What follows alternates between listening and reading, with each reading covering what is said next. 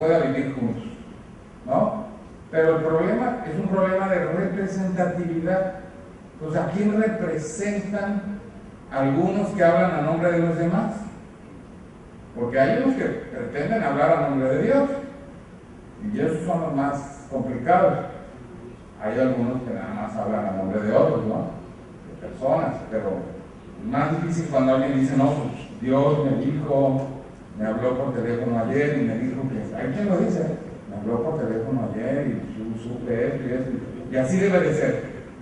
Y hay otros que también dicen, no, a mí Dios no me ha hablado, pero yo sé cuál es la verdadera interpretación de esto y yo se los voy a decir, y además las leyes tienen que hacernos caso. Y aquí lo que, perdón, está medio, les quería mostrar, está, medio pocho el asunto porque lo presenté en Estados Unidos hace unas semanas y no lo alcancé ni de poner ni en inglés ni en español. Pero la idea de esto es que vean, bueno, sí es igual, es que vean lo que piensan. Esta es una encuesta que se hizo a los católicos hace como 6-7 años y hace 6 meses la repitieron y más o menos los resultados son los mismos. Y la idea es que los católicos piensan completamente distinto a sus obispos en México. Esta es una encuesta de México. Si uno, por ejemplo, el 96%, nada más de católicos estoy hablando, o sea, probablemente el porcentaje es todavía mayor entre todos los mexicanos. Pero, por ejemplo, pues la gente, los católicos dicen que los servicios de salud pública deben ofrecer métodos anticonceptivos, que el gobierno debe promocionar el uso de condones, que las escuelas deben incluir cursos de educación sexual para alumnos y alumnas, que los adultos deben tener acceso a métodos anticonceptivos, incluido pastillas inyectables, dispositivos, etc. Que se deben de permitir que una persona se vuelva a casar después de divorciarse, que los homosexuales y las lesbianas deben tener protección legal para evitar discriminación en su vida pública y privada. Es decir, aquí está la prueba de que una cosa es lo que quieren los católicos y otra cosa es lo que quieren los obispos católicos, que es completamente distinto. Estoy hablando de porcentajes brutalmente altos, en donde prácticamente el conjunto de católicos y católicas mexicanas está en contra de lo que dice el obispo.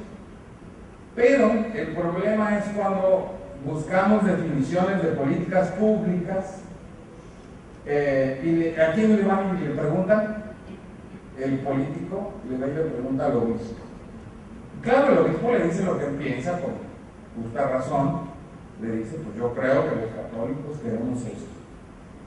Y el político no viene a ver las encuestas porque tampoco viene aquí a estos seminarios. Y entonces no se entera y ahí comienza verdaderamente el problema. Voy a mostrar nada más otra que es muy interesante respecto a aborto, que es una comparación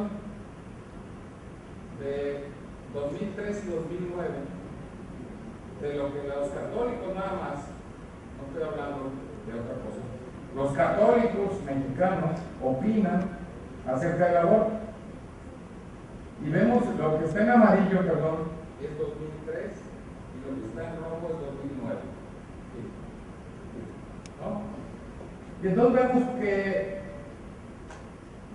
había un 9% en 2003 que pensaba que una mujer debía tener derecho al aborto siempre que así lo decidiera. Y esa posición ya aumentó a 24% en la última encuesta de diciembre, estamos hablando hace 4 o 5 meses. Y luego hay un más o menos 60% que disminuyó un poquito porque obviamente se pasaron allá arriba, ¿no? De personas, de católicos que dijeron que por ley el aborto debía estar permitido en algunas circunstancias. Y el porcentaje de los que de plano no querían aborto bajo ninguna circunstancia bajó de 31 a 15%. Y obviamente estas cifras nos muestran lo mismo que estoy diciendo, porque si no, no lo hubiera traído la encuesta, traigo, ¿verdad? Esta sirve para probar mi punto, que es que una cosa es la posición oficial de la dirigencia religiosa católica en nuestro país y otra cosa es lo que piensan los católicos. Y cuando nosotros hablamos de la definición de políticas públicas y la definición de legislaciones en general, casi nunca atendemos esto, porque si nosotros juntamos 57 y 24, nos da casi 80% de personas que de alguna manera están a favor de que el aborto se pueda practicar bajo ciertas circunstancias, lo cual va en contra de las últimas legislaciones que se han hecho en 17 estados de la República, que van en contra de esto, y que se hicieron porque los políticos se pusieron de acuerdo con los obispos católicos. En contra, decimos, del Estado laico. No, el Estado laico es lo de menos. Lo importante son las libertades de las mujeres, que no pueden decidir sobre lo que sucede en su propio cuerpo. Y claro, el Estado laico es el paraguas que sirve para protegernos de esto, ¿no?, de esas prohibiciones. Pero ese es el tema central, creo yo, cuando hablamos de cultura, bioética y laicidad, porque estamos hablando en términos generales de un problema político que suele darse, que es un problema de representatividad. Y finalmente, que el tema de la cultura, porque la cultura también va para los dos lados, ¿no? Es decir, cuando hablamos de ética, hablamos de moral, tienen que ver, las dos cosas vienen de lo mismo, de la misma origen griego y latino, de costumbres, que es cómo regimos nuestras costumbres, pero muchas veces hay la idea de que esas costumbres están ligadas a una tradición religiosa y son inamovibles, o al revés, ¿no? Digo al revés porque un día, les cuento, si me da tiempo antes de que se apague, fui a Francia y me tuve que levantar muy temprano para agarrar el avión, y venía un chofer, como dicen, de esos franceses de souche, o sea que no son inmigrantes, franceses de hace mucho, ¿no?, ya blanco. Entonces me dice, no, pues sí, es que hay que pedalearle porque está muy dura la cosa, ¿no? Entonces sí, pues sí, sí está dura la cosa, sí, porque era domingo a las 6 de la mañana, ¿no? Y me dijo, sí, pues es que está muy duro el trabajo, y si tengo un amigo que perdió su trabajo porque se metió como la esposa del jefe. Yo creo que era él, pero es un amigo, ¿no? Entonces le dije, pues sí, fíjese que el problema es que su amigo no conocía los 10 mandamientos. Y hay uno que dice, no codiciarás la mujer de tu prójimo. Y me dice, ay, de veras, no sé. Oye, ¿cuáles son los otros? O sea, ahí la ignorancia religiosa era brutal, al grado de que hasta los códigos éticos milenarios allá no son existentes.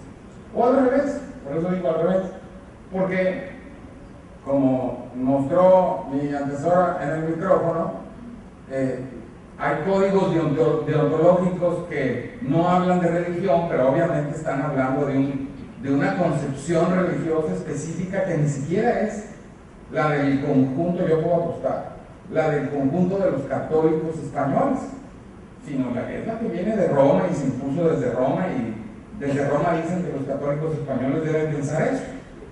Pero si les preguntaran a los católicos españoles, que no dejan de ser católicos porque piensen distinto, la cosa sería muy diversa. O, con esto termino, el otro ejemplo, se lo voy a repetir porque creo que ya algunos de ustedes lo oyeron, de cómo suceden cosas basadas en una idea de cómo deben de ser las cosas, y nadie dice que es religioso, pero en el fondo hay un sustrato religioso en lo que hacemos. Entonces, los senadores mexicanos hicieron hace, creo que como 1 año y medio, una reforma para, dijeron ellos, tienen que ver con la, ya me llegaron los 2 minutos, pero voy a acabar antes, tiene que ver con la eutanasia, entonces vamos a eliminar el encarnizamiento terapéutico.